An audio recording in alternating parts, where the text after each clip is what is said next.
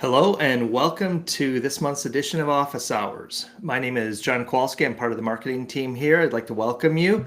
If you are unfamiliar with our Office Hours format, let me tell you a bit about it. It's a shortened presentation, usually 20, maybe 25 minutes, going through the material, and then it's after that, the time is yours. It's opened up to questions, comments, open discussion. There'll be times, if needed, I'll unlock your microphones, and you can unmute yourselves and join in. If you have questions, comments, log them in the chat box. We'll get to them immediately following the presentation. Also, we are recording this, and immediately following, you'll receive an automated link, and that will give you that link to the recording. Feel free to watch it again later, scroll through it, grab any screen grabs, share it with colleagues, whatever you like. Today's topic, physical testing and field testing. We have one of our application specialists presenting today, Mr. Noah Morgan. So welcome. Noah, how you doing today? Ready to roll? Doing good. Thank you for your nice introduction there. Certainly. Like you said, today we'll be going over various equipment in our instrument portfolio for physical testing and field testing that are typically performed on coatings as a form of quality or research metric. So with that, we'll start off here. And I know this presentation is a little bit different because you're going through a lot of the physical testing products that we have. But, and I just, you may be covering this, but, cover application uses on, where this would be used, what industries, things like that, if you would, Noah. That'd be okay? Yeah, for sure. Cool. For sure. Yeah, so we'll get right into it. One of the first instruments we'll cover is the fineness of grind gauge. For some background, the fineness of grind of a coating material is expressed by the size of the pigments or extenders that it has. So since the size of these particles depends on the degree of grinding, the determination of the fineness of grind serves to evaluate the appropriate amount of grinding in the production of coatings. So in other words, using a grind gauge can help you understand more about the particles inside that coating and how they're interacting. It's commonly used to compare how coating systems will react under differences in dispersion times, different equipment that's used, different dispersion processes. Typically, the degree of grinding of a coating affects properties such as gloss or corrosion resistance. How you would typically perform this test, you simply place your material in the deep end of the gauge. So if you look at this picture here, I don't know if you can see my mouse, but in the deep end of this gauge is where you would apply your material first, and then using a straight edge, you would just drag it across the top of the surface, like a typical drawdown. Once that happens, you'll be left with something that looks like what we see on the right side here, where you drew your pigment down or your coating down. And what you want to look for is the point on the scale where the oversized particles or traces made by them first appear in a substantial concentration. So looking at this gauge here, you could say roughly around 4 for the Hegman units is where your coating lies, your fineness. And then, like I said, this is typically used in coating makers or paint makers, people that are trying to mill down their material to see where it lies as far as coarse or fine particles.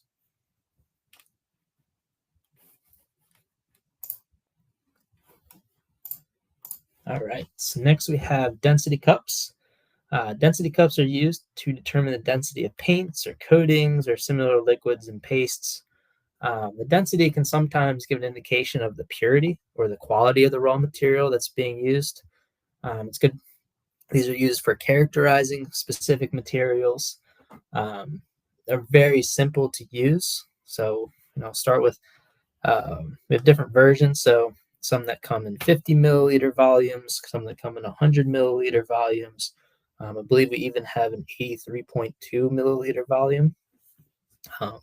And the specific volumes are called out in certain specs and standards that are used throughout various industries. How you would perform the test is first you would weigh the cleaned and empty density cup and record that weight. Then, depending on the standard test method that you're using, you want to regulate the temperature of the density cup and the liquid inside. So in this case, you would regulate it to 20 degrees Celsius plus or minus 0.5 degrees Celsius, because you want to have a nice, sometimes density can change on the temperature. And so you want to be able to have that controlled and written down so you know what the density is at this specific temperature. Once you have everything up to temperature, you fill the density cup with your test material, so your liquid. You put a cover on the top without tilting it. So you see this little lid here has a hole in it. And as you put that on, some material will flow outside of the lid. It's like overflow material. And then you'll just use some type of absorbent cloth to kind of get the excess off of there. Now, once that's done, you would weigh the filled density cup, calculate or write down that weight, and then you'll just put it through this calculation that we see on the screen. So density equals the weight of the filled density cup minus the weight of the empty density cup, and then divided by the volume of the cup. And once that information is all put through, you have your density. So that's just one of our nice little instruments there. All right. Moving on to abrasion testing. This here is our Gardner scrub, which has it's almost like a one-stop shop for anything that requires abrasion testing. Abrasion resistance for background is an important property in paint and coatings. It's commonly used in flooring and tile, furniture, wall covering, shower stalls, etc. Anything that gets well used in our daily lives. The idea of the abrasion tester is to produce a repeatable and a controlled condition that can simulate these wear and tear patterns for specific materials. One of the big ones that we saw a lot of these for is windshield manufacturers. So if you can imagine a car windshield, when it's raining, you use your windshield wipers, and over time that could slowly wear coatings on the window or the glass itself. And so those windows are subject to a lot of abrasion testing and scrub testing that involves a specific wiper blade set. Now these are very customizable. There's lots of accessories that could fit any type of testing need. It can be set up for things like washability tests, to see how washable a paint is on a wall. And then some other tests like stain resistance and detergent testing. There's also some special modification kits for very specific testing, but it covers a lot of known standard test methods. So how would you use it? It's pretty simple and straightforward. You would first identify what procedure you're using, what standard test method you're using, because that will depend on what accessories are needed. Once you have that lined up, you want to prepare your sample. So this can be done in a variety of ways depending on what the material is. But typically drawdowns are the most common method. And so we see that here. This is just a a black chart with a white coating on it. Once that's prepared, you would set that inside of the casing here, and then put whatever, depending on what test method you're using. It could be a brush, it could be a sponge, it could be a wiper blade, it could even be sandpaper.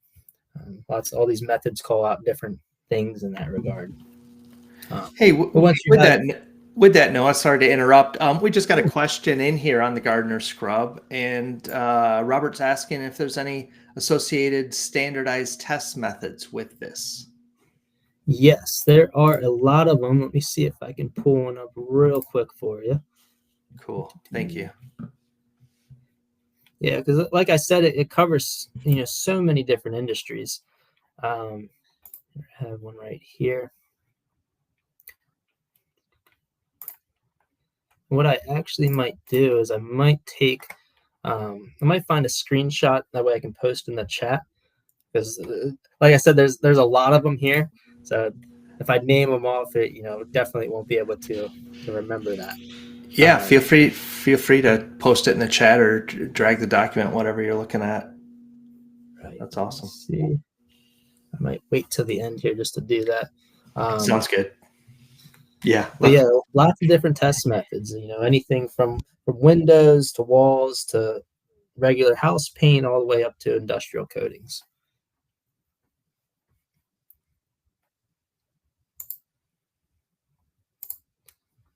All right.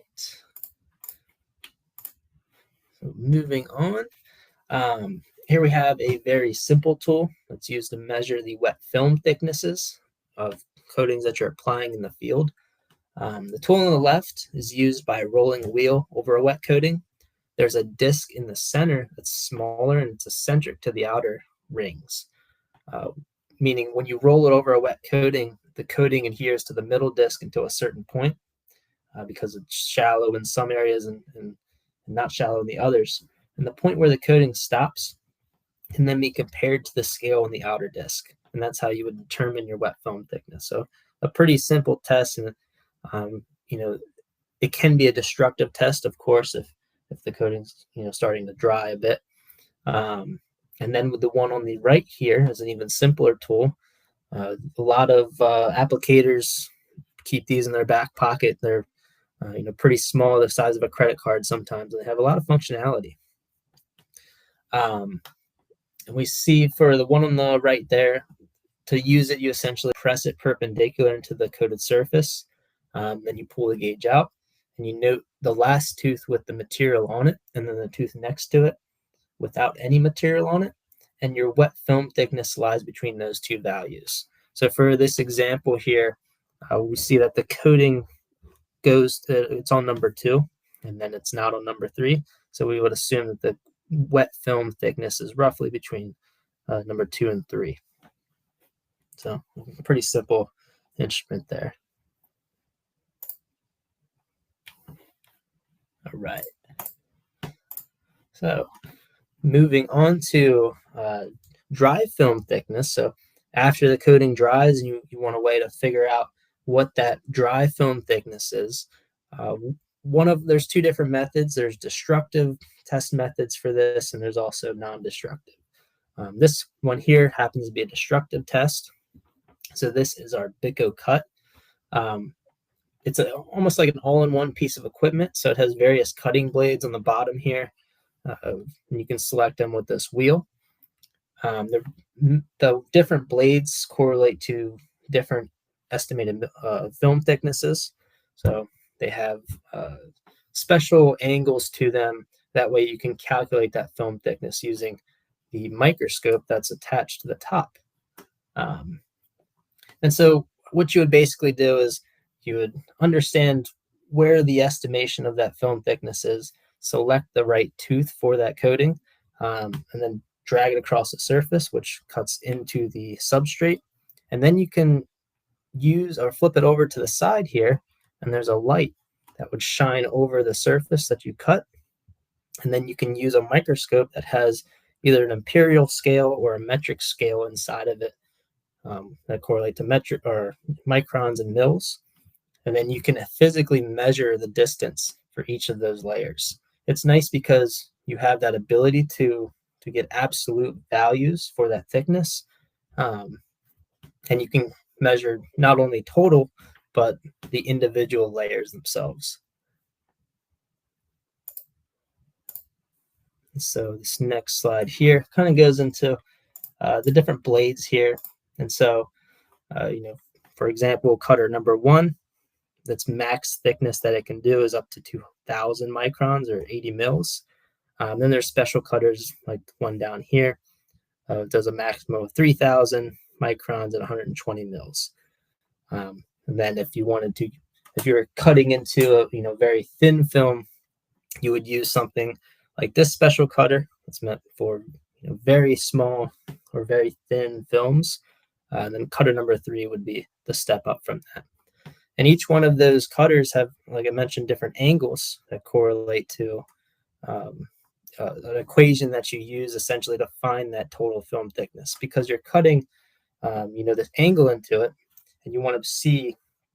The goal is to figure out what is that film thickness. And so once you determine what cutter you use and you cut it into it, you take into account that angle and calculate that into the calculation to get your total film thickness or individual film thickness.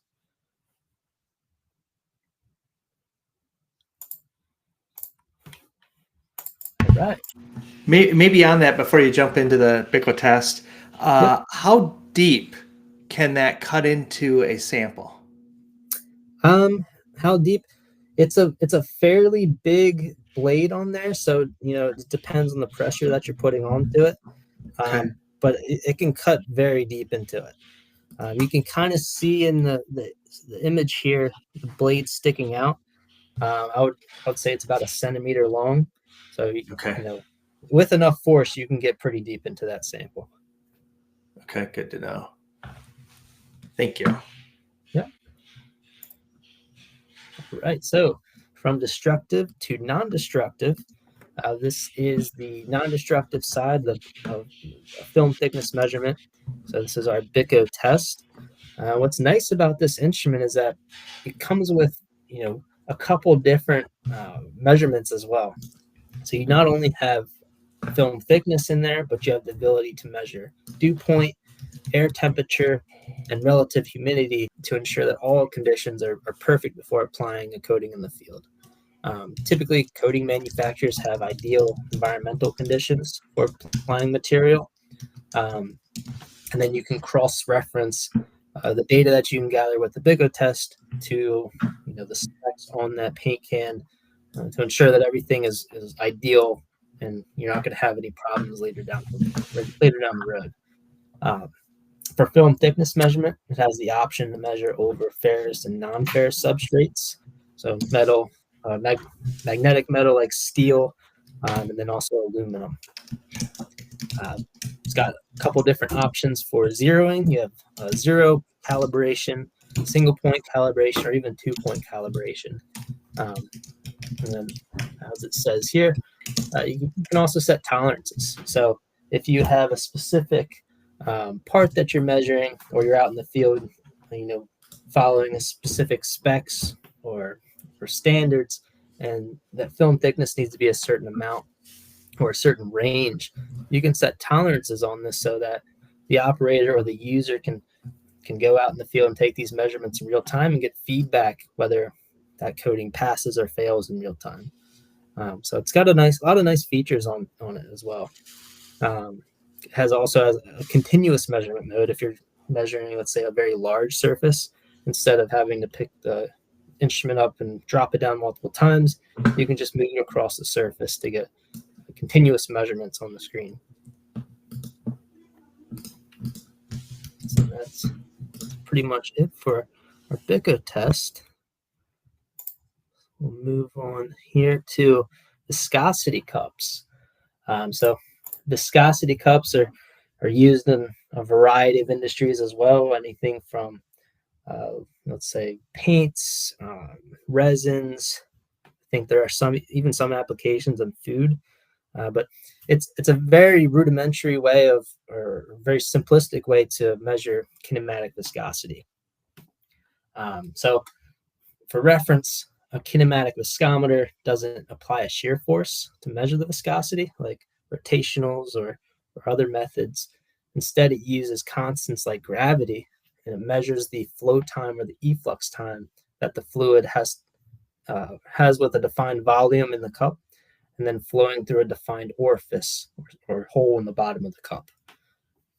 The most common types of cups are the Zahn cups, the Ford cups, ISO cups, and DIN cups. They're called out in a lot of different standards, from ASTM standards all the way up to ISO and DIN methods as well. They're ideal for production control just because they're simple and fast to use, but they can also be used in laboratory settings too, and even field inspection kits Lots of different uses for these. But note that because you're measuring kinematic viscosity without a shearing force, the output is in centistokes, which is abbreviated by CST at the bottom here. The procedures do vary between the cups for the most part. You either dip or you fill the cup to the brim. That way you have that defined volume in that cup, and then you start a timer when the fluid begins to flow out of the bottom orifice. You let that run, and then as soon as you see the first break in the fluid coming out of the bottom orifice, you would stop the timer, and that gives you your efflux time.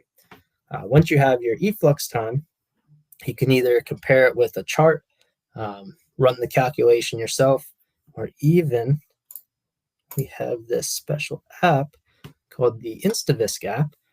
Makes it a lot simpler, a lot easier. I actually use this when I run some tests on my own. But all you have to do for this is you select which cup you use, select the time or input the time that you ran for that specific cup, and then it automatically outputs your viscosity value in centistokes. So nice and easy way to calculate viscosity, and very quick, efficient, not a lot of cleanup as well. So it's definitely a nice piece of equipment.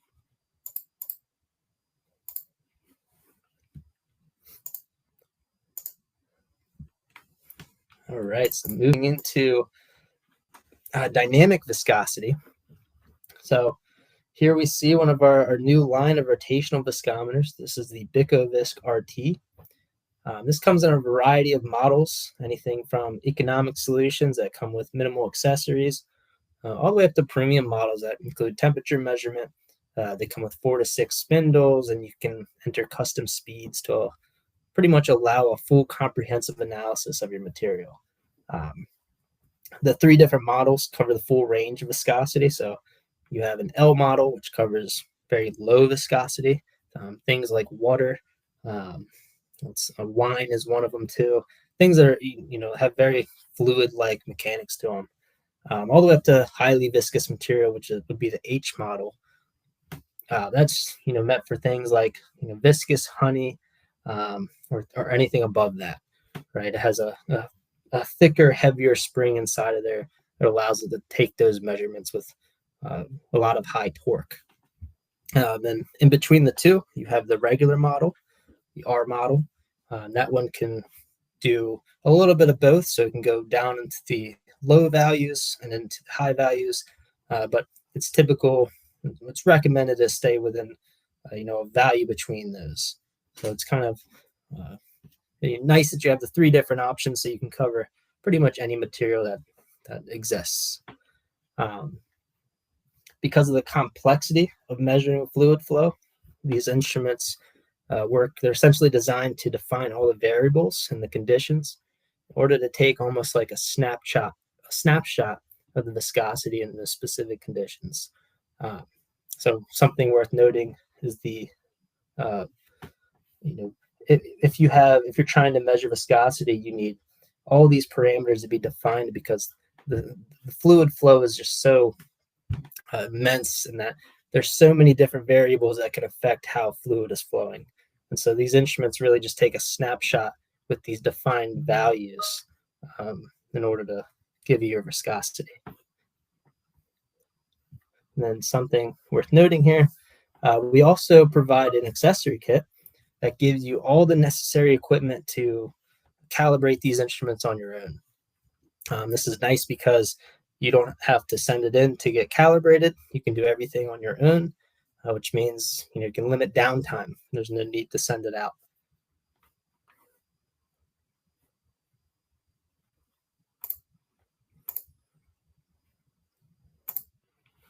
All right. So keeping the theme of new instruments, we just launched this. This is our new cone and plate viscometer. I think this came out on Monday, actually, so very fresh on the market. Yep, you are correct, sir. News releases are going out next week. Next week, then. There we go. This is the Bico-Visc CP, or cone and plate. I'm sure you can see a common theme with the names here with Bico. But similar to the Rotational, this unit has a color touchscreen, similar to most of the BIC instruments, meaning if you know how to use one of the instruments, you can pretty much use all of them. We like to keep the interface cohesive and the same every time. That way, if you were to purchase a new instrument, or if you had experience with one, then you could essentially figure out how to use all the other instruments as well. Makes it nice and easy. But the concept behind this measurement method is that it uses a cone spindle that has a very subtle coning on the bottom. And you essentially press a small sample, typically less than 2 milliliters, against a heated plate. And this allows the sample to reach temperature very quickly. And it also limits cleanup and product waste if that's an issue. So, like I said, very small samples, less than 2 milliliters, which is very nice for things like cosmetics, where sample size is a big deal because the materials involved are very expensive. And this is a great solution for that. We also see that, so these are some of the standards that it covers here. So ISO 2884, you have ASTM D4287, D7535, and then BS 3900.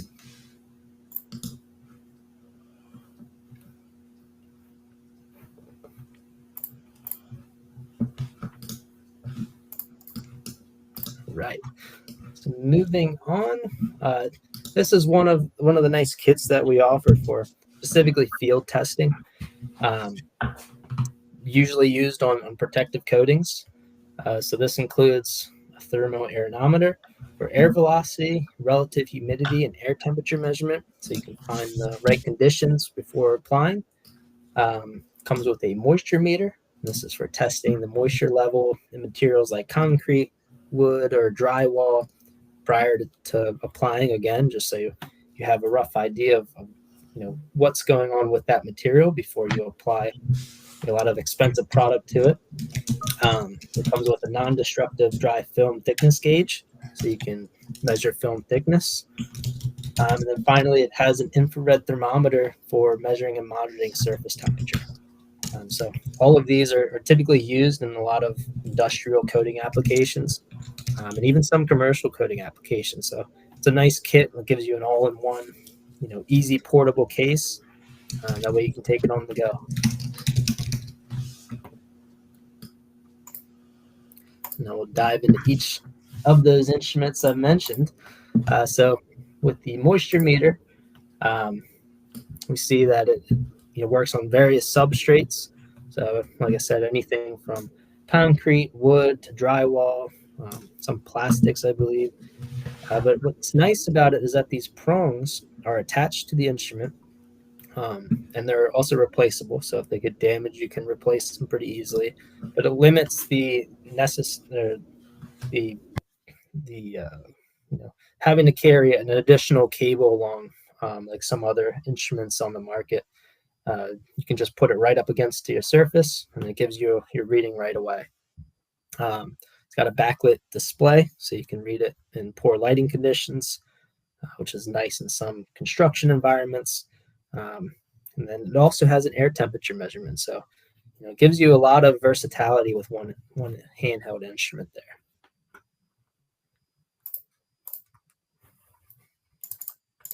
And then we have the thermal anemometer. This measures air temperature, air velocity, and relative humidity. So it gives you a lot of good information there. It helps determine if ambient conditions are right for painting. So again, prior to applying, you want to make sure everything is good and it's matching what the specs call out for, let's say, that specific coating that you're using. It can also calculate the dew point temperature, which is a nice addition there. And it, like a lot of these instruments, they're made of impact resistant materials. So because these are being used on construction sites or industrial applications, if you drop them, you don't want this to break, and it could get dropped often. And so they're made of resistant impact materials, so you don't end up breaking something when you need it most.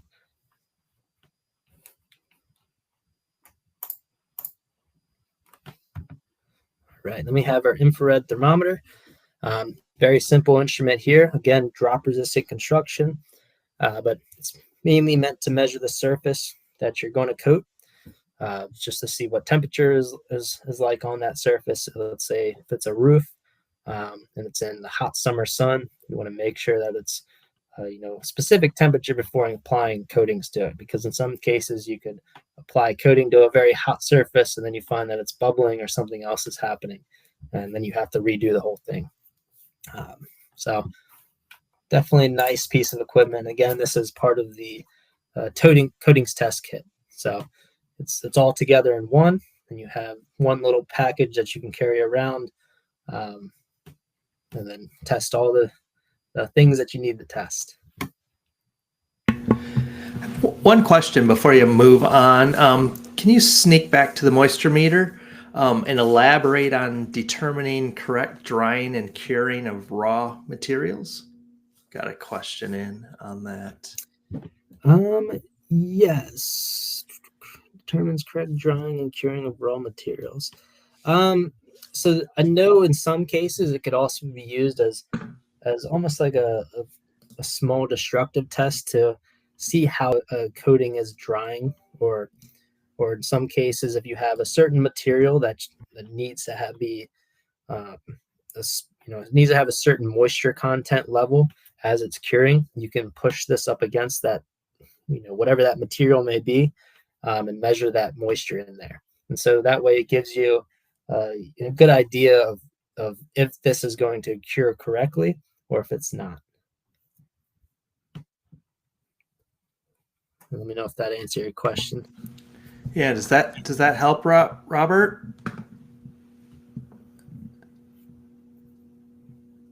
I can always okay, yes, thank you. Okay, perfect. Great. Sounds good. All right. So with that, we'll move into the last slide here. I just wanted to touch on a recent addition to our portfolio, which is the pelt gauge. For those of you that may not know, this is an ultrasonic film thickness gauge that can be calibrated to give precision thickness measurements on a variety of substrates, from metal to wood to concrete, rubber, plastic, really anything once you have a calibration file. The way it works is it sends ultrasonic waves through a coating, and then you're even able to measure up to 5 different layers. So you can get a lot of information with this instrument.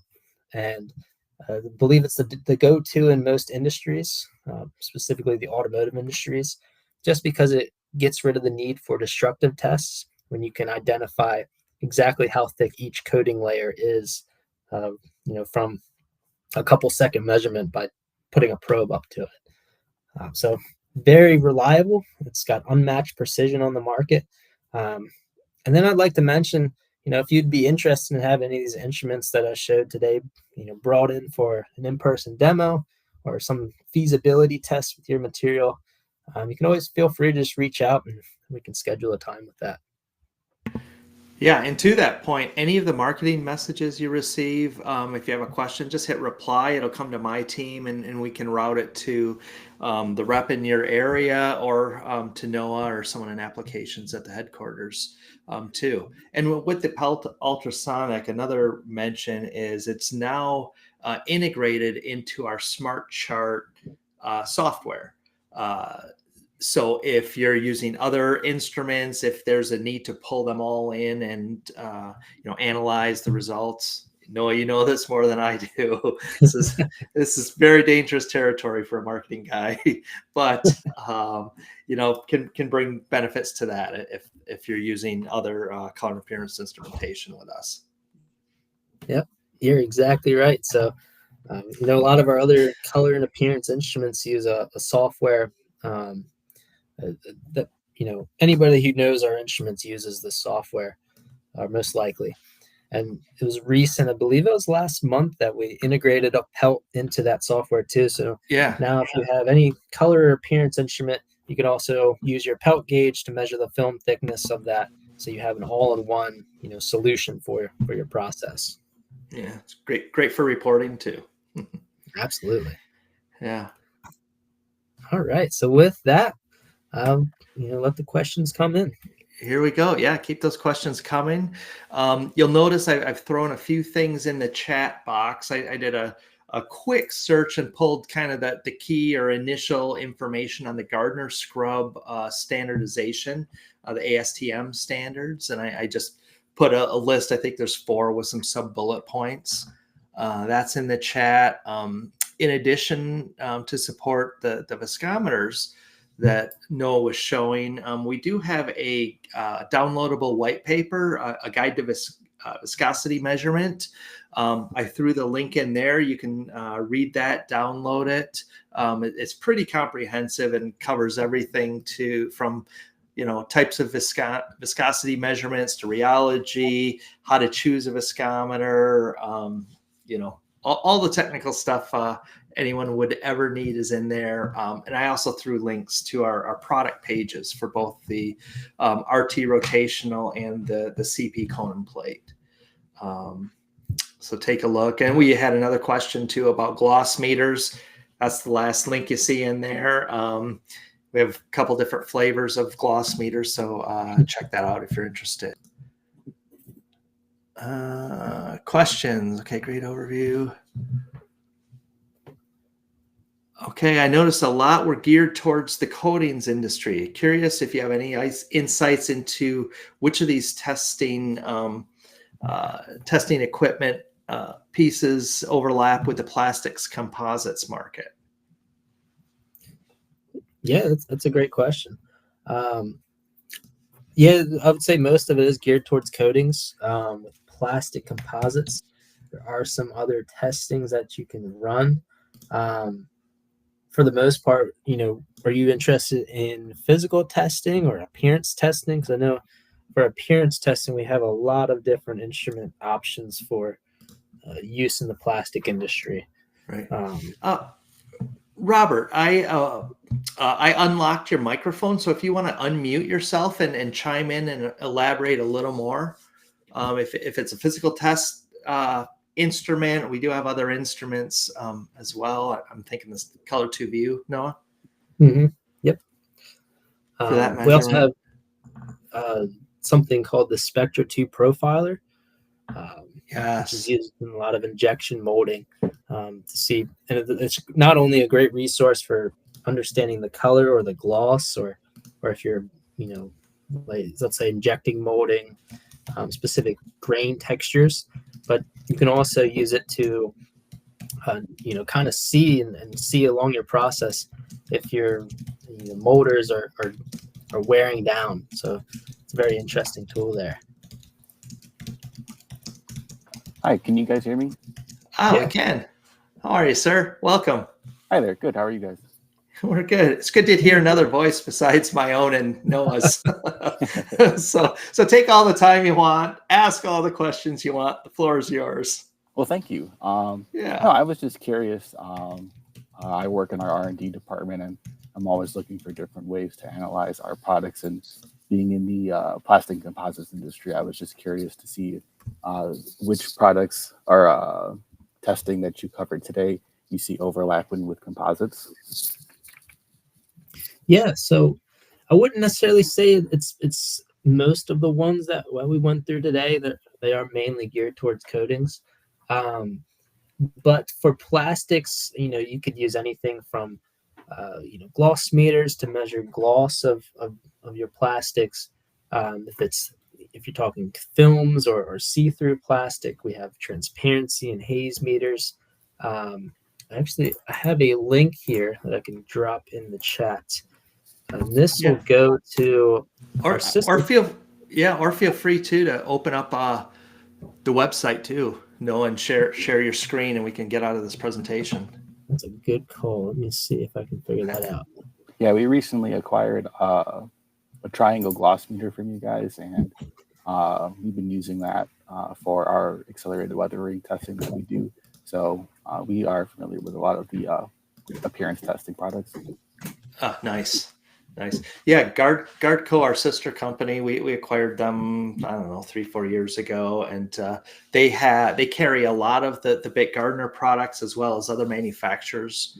Also, their website's designed a little differently. Noah, They have it set by industries, and Noah's can give us a scan through the plastics here. Yeah, so if you can see my screen, up here, just some appearance metrics. So gloss meters, and you have transparency and haze. If we scroll down, we have hardness testers. So if you want to test the hardness, there's lots of different options for that. Usually it's barometers. So it has a spring inside that just gives you a measurement here. We scroll down even further. Some drop dart testers, different scales, calipers for other measurement. And then you have some more appearance metrics here, like multi-angle color, solid color, and then lastly is the profiler. So not really much as far as plastic goes, but you have the basics, right? You have pentrometers, tear testers, or durometers as far as physical testing goes, and then you have a variety of different appearance type instruments. Yes, definitely. I see some overlap here with a lot of the equipment that we already have. Yeah. Where are you located, Robert? Like what state? Or Illinois. Illinois. Okay, because we can.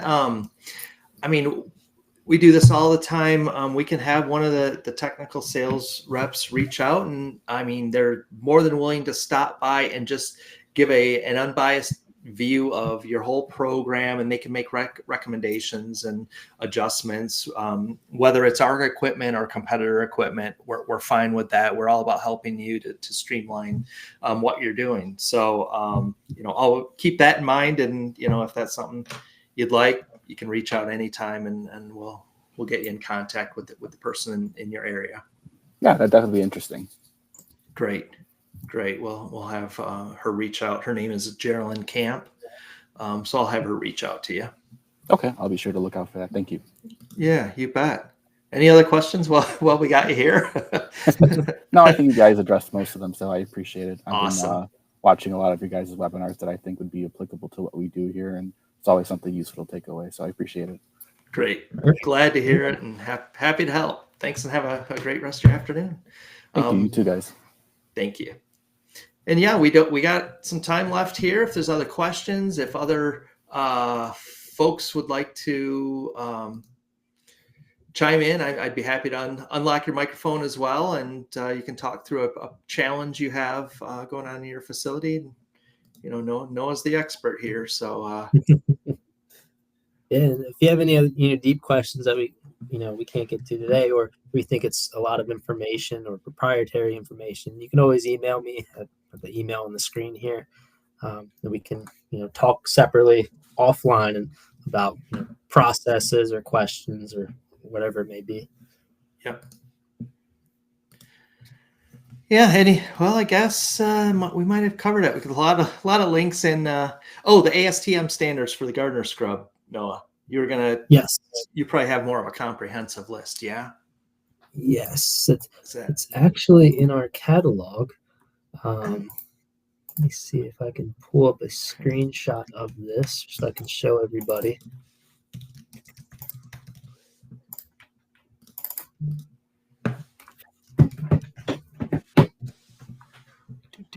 Yeah. So too, at any time, like I said, if you have any questions, hit reply to any of the marketing stuff. Otherwise, you see Noah's email address right on the screen here. You can chat with him directly. He's kind of your first line of technical wizardry.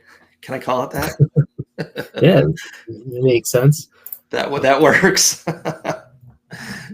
So yeah, we're around to help in any way we can. Okay, so if you can see my screen here. Yes. These are some of the methods that go along with the Gardner scrub. So starting up here for dispersion of paints cleanability, you have DIN 53778. Here's the ISO 11998. This is a method that describes a short version of the wet scrub abrasion testing, usually for coatings. You have DIN EN 13300. This is for classification of waterborne coatings, coating materials and coating systems for interior walls and ceilings. And then we have a lot of them down here for ASTM methods. You have D2486 for resistance of interior wall, D3450. This one is for the ease of removing soilant discoloration from interior coatings. So this one's interesting because this also uses a spectrophotometer. So, if you can see down here, it measures the Y value for tristimulus color, which is essentially the reflectance. And so you would take measurements of reflectance of your coating first, run it through a scrub cycle. I believe it includes putting soilant or some type of liquid on top of it that would, simulate, if someone were to have dirt on their wall and it got rubbed in, how well would that reflection be after once it goes through the scrub cycle or this wear test, you can imagine. So that's another one there. You have ASTM D4213. This one is for scrub resistance. When you measure the weight loss of paint, so how much paint actually disappeared from that scrub test. You have ASTM D4828. This one is pretty much how easy it is to remove soils from interior wall paint. And then you have the ECE 43. This is the windshield wiper test. So that's the one that's actually called out in automotive. Yeah. And then I believe if you scroll down here, these are all the different accessories. So, each ASTM, because there's so many different methods that you could use, they all require different accessories. So here's an example of the windshield wiper test. So you would put 2 glass panels in here and then set it to a certain amount of cycles and a certain speed of how fast that cycle would run. Press start, and they would wipe back and forth for, I believe it's 20,000 cycles. So it's a lot of cycles. And then you would take the windshield out at the end and then just see how well that coating held up on that windshield, or how well that glass held up. Then we have some different pads here. So, you can use Scott Bright pad, sandpaper, sponges, brushes. And we have a whole list of whatever ASTM you're trying to comply to. These are all the accessories that you would need for that specific method. So, like I mentioned, a lot of different versions here. Nice. Yeah, great resource. Thanks for going through that with us. And yeah, if anyone out there is looking for something specific, just reach out to any of us and we'll get you the right answers. Any last questions? Or you guys want to cut out early? I'm good with that. All right. Well, we appreciate you joining us today, Noah. We appreciate your expertise as always. So thank you. And everyone, have a great rest of your day. Thank you. Thanks for joining, everyone. Bye.